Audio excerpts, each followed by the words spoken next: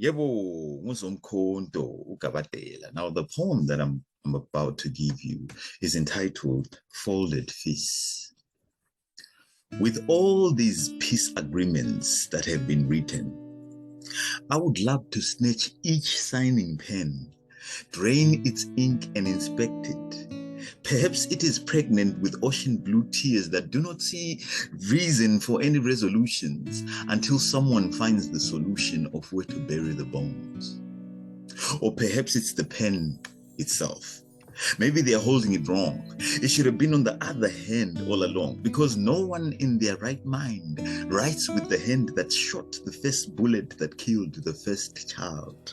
So the pen rejected that lie and pretended to write, but withheld the real lasting peace inside.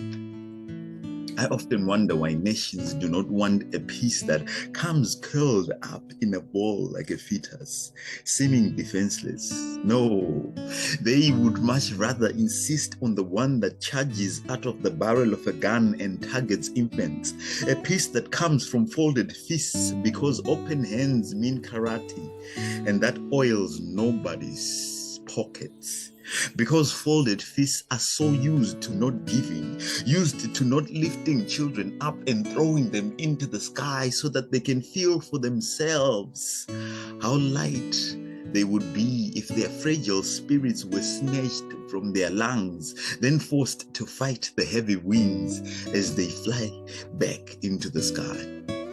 Folded fists that fear that if they're bold enough to become open hands, they might one day be expected to lift them up to wave at others. And they're scared that those others might decide to cross over and say something.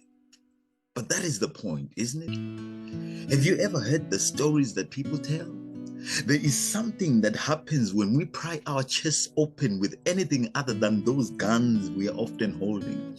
When the whole cosmos of our being starts pouring out to tell its own story.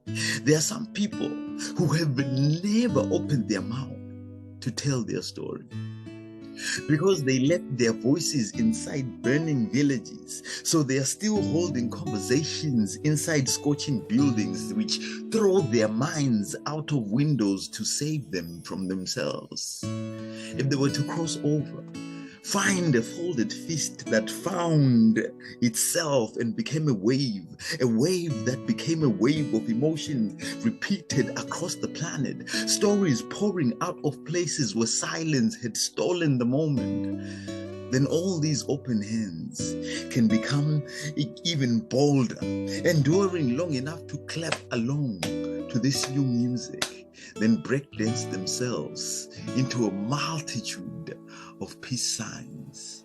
Zomkhonto, Gabatela, Mzilangata, Bangazita.